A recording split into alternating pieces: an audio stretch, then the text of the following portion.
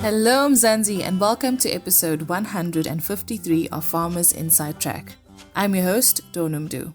Our focus in this edition is financial management with Prof Adri Drotskie. Professor Adri Drotskie, thank you so much for being here on Farmers Inside Track. You are a renowned business strategist and you're professor and director of the School of Management in the Business and Economics at the University of Johannesburg. Welcome to Farmers Inside Track. So many farmers are great at farming, but they really struggle with financial management. What are some of the tips that you have for better farm management? As you say, the focus is mainly on surviving on a day-to-day basis and trying to get the product out there and to do the farming part of the farm, if that makes sense.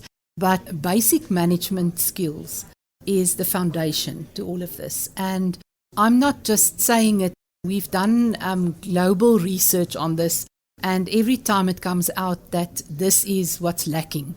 There's three main skills that you need. You need business management skills, financial management skills, and people management skills.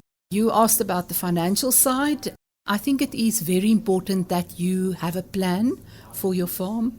You know at least 1 year ahead what you are planning to do, because that will be the guideline for you on your financial planning.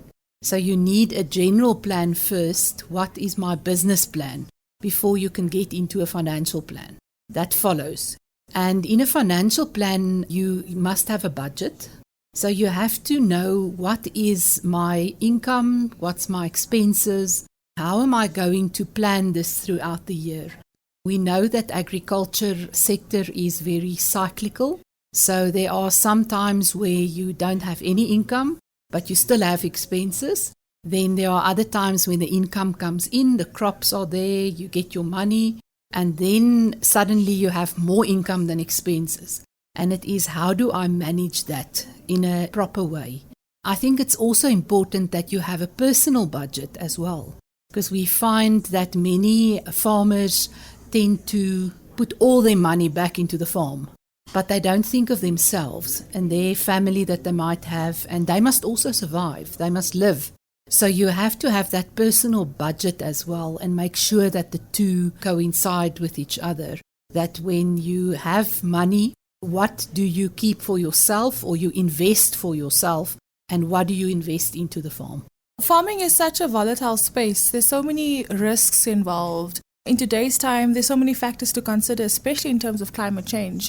How does one sort of incorporate that and shift one's thinking to be able to think about it holistically and also do the day-to-day, but also the broader perspective of incorporating all of this into that? I think it's very important that you need to have a day-to-day understanding of what is happening in the world around you. You can never function in a bubble or think you're isolated from what's happening in the world.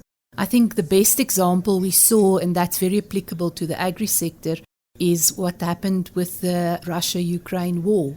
The first reaction was that, luckily it's in Russia, it's very far away.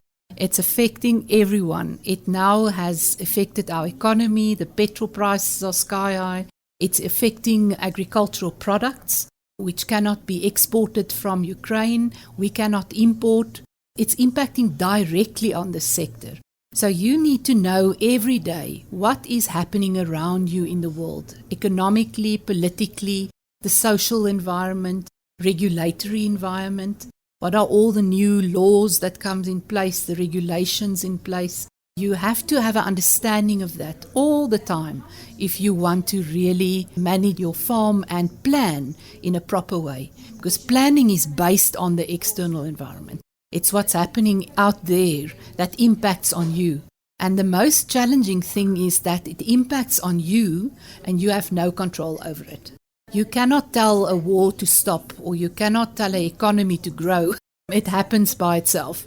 So it will impact on you. And if you don't know about it, at least when you know, you're a bit more prepared. I think a big part of what I understand from what farmers need to know from day one is understanding your market and penetrating any kind of market takes research. What is your advice around that? I think it's important to know, as I said, macro environment, what is going on, but to also do good research on the type of product that you want to go into. and also the agriculture industry in South Africa. What is happening in this industry? Where can you get support? What are they telling you? Which products are viable at the moment? Which ones are not that viable because of climate problems? You have to take all those factors into consideration all the time. Maybe you can just give us one or two tips in terms of newly commercialized farmers. Maybe you can just break it down between those two to even penetrate international markets. The important thing is to first establish yourself locally before you go global. I know some people have aspirations and they want to just go all the way with this big dream that they have, but try to become good locally before you go global. And when you go global, it means that you need to do more planning and more research, because now you are entering a very different world. Now it's not only the South African factors that you need to keep into consideration, it's now the global factors. Professor, as a woman in this industry, how difficult was it for you to come up? And what advice do you have to other women who'd like to follow in your footsteps? I always say that it's not different from a male getting to a position, but you have to have the ambition and you have to set goals for yourself and decide, I want to do this and I will get there, and not let gender or any other things stand in your way, because there are opportunities out there. We are all equal. We all can do the same job equally successfully. Thank you so much, Professor.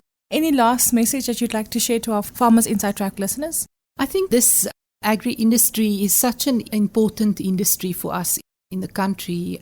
I really am excited about seeing at the Indaba, for example, how many young emerging women there are. And they are all very excited about this business that they are in. And I think if we have that youth that is really inspiring us and they are so excited about it and enthusiastic about it, then there's a lot of hope for us going forward. Thank you so much for joining us here on Farmers Inside Track, Professor Adri Drotskie. Our hashtag soil sister, Nthabeleng Maphepha, grew up around cattle farming, but only discovered her love for agriculture after graduating from her studies in psychology. She says her father encouraged her to join the industry, and in 2017, she became a full-time farmer. I grew up around it as my father was a farmer. He has been an inspiration. After finishing up my matric, he sat down with me.